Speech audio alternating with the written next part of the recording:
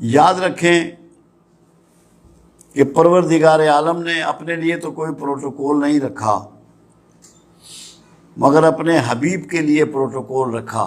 پہلا تو یہ کہ اگر تم نے رسول اللہ صلی اللہ علیہ وسلم کی آواز سے اپنی آواز کو بلند کیا تو تمہارے کیے ہوئے سارے اعمال ضائع ہو جائیں گے اور تمہیں خبر بھی نہ ہوگی۔ دوسرا یہ کہ اگر کسی رسول اللہ کے فیصلے صلی اللہ علیہ وسلم کہ دل میں بھی تم نے سوچا اس کے اگینسٹ، تو تمہارے سینے سے ایمان کو نکال دیا جائے گا، تم صاحب ایمان نہیں رہو گے۔ صرف تمہارے دل میں اتنا گمان آئے کہ جو فیصلہ رسول اللہ نے فرما دیا اس کی مخالفت، اس کے لیے ناپسندیدگی، تو تم میں ایمان نہیں رہے گا۔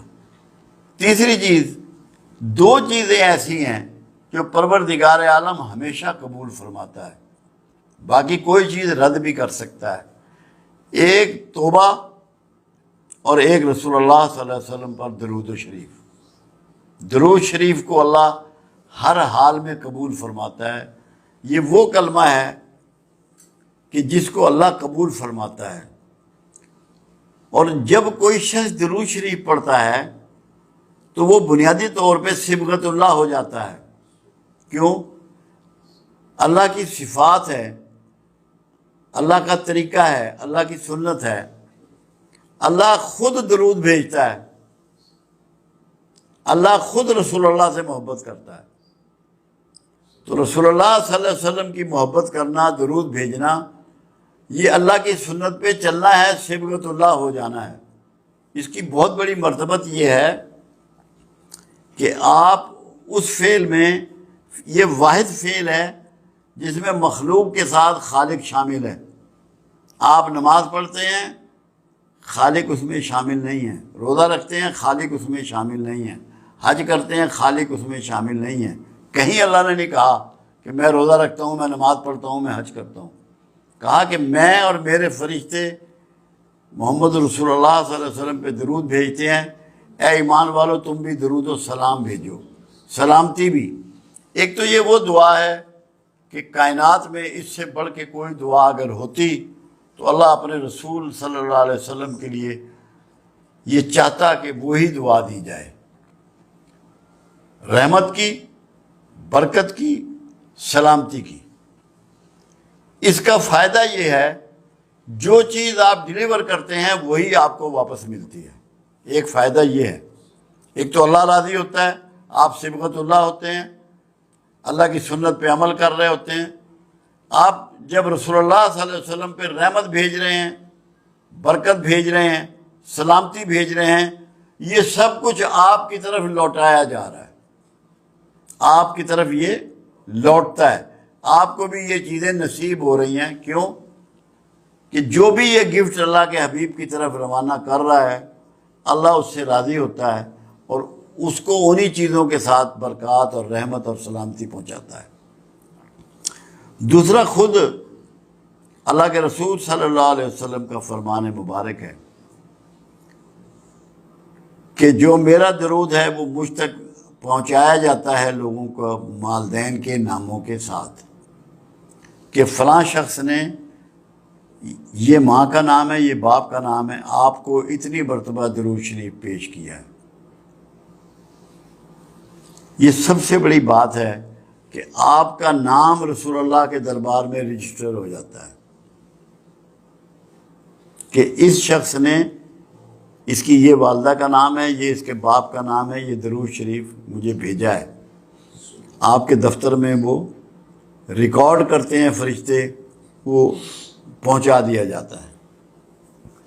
دوسری بات یہ ہے کہ خود آپ کا فرمان یہ بھی ہے کہ شب جمعہ، یعنی کہ جو جمعرات کی رات ہوتی ہے، جس کو شب ہم جمعے کی کہہ رہے ہیں کیونکہ ہمارے ہاں رات پہلے ہوتی ہے، میں خود سنتا ہوں،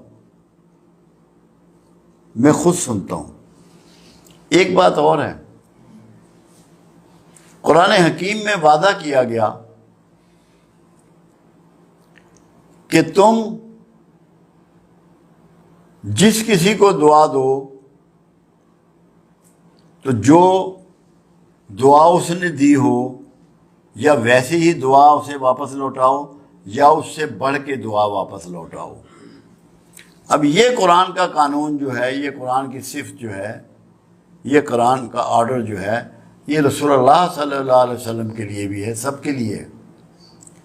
اس لیے جب کوئی شخص کملی والے پر دعا بھیجتا ہے، درود دعا ہی ہے، اور سلام بھیجتا ہے، تو رسول اللہ صلی اللہ علیہ وسلم بھی اس کے لیے دعائیں فرماتے ہیں، ریٹرن میں اس کو دعا عطا فرماتے ہیں، کیونکہ قرآن کے قانون کے عین مطابق۔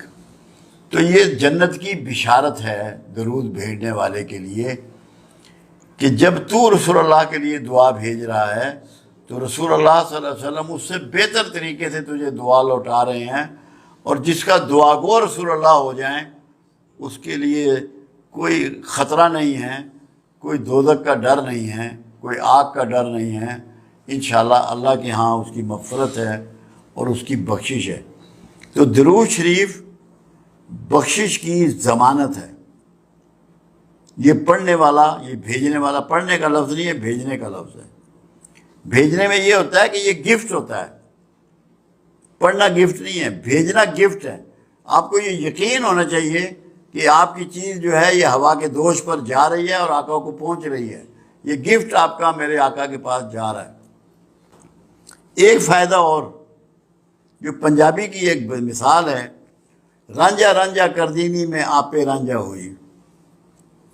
جب آپ بار بار سرکار پہ درود بھیجیں گے اور آپ کا تذکرہ کریں گے تو اس سے آپ رسول اللہ صلی اللہ علیہ وسلم کی عکس آپ میں اترے گا، آپ کے اندر وہ عکس اترے گا، وہ صفات اتریں گی، وہ کمال اور خوبیاں آپ کو ملیں گی، وہ حکمت و دانائیاں آپ کو پہنچیں گی، عکس بنیں گے آپ۔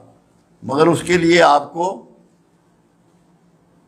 درود شریف کے ساتھ رحمت کے رویے کو اپنانا ہے، معاشرے کے لیے، مخلوق کے لیے، ہر مخلوق کے لیے رحمت بننا ہے۔ کسی کے لیے زحمت مت بنے، آپ کے ہاتھ اور زبان سے کسی کو تکلیف نہ پہنچے، تو عکس محمد آپ ہو جائیں گے اگر صحیح معنوں میں دل کی گہرائیوں سے اگر آپ درود شریف پڑھیں گے۔ درود شریف کی اتنی برکات ہیں، میرا تو ایمان یہ ہے۔ اور دیکھو کمال کیا کیا گیا، کوئی نماز ایسی نہیں ہے جس میں درود شریف نہیں ہے، یہاں تک کہ جنازے کی نماز میں بھی درود شریف رکھ دیا گیا کہ جس نے کوئی نماز نہیں کبھی پڑھی، ایک دفعہ درود شریف کسی جنازے میں پڑھ لیا تو اللہ کے رسول کی دعاؤں کا مستحق ہو گیا، اس کی عاقبت سنور گئی، اس کی آخرت محفوظ ہو گئی۔ تو یہ اللہ نے ایک مسلمانوں کے لیے شیلڈ بنائی ہے، پناہ گاہ بنائی ہے۔ تو درود شریف جو ہے یہ ہماری پناہ گاہ ہے، اس میں داخل ہو جاؤ اور دوزخ کے عذاب سے اپنے آپ کو چھڑا لو۔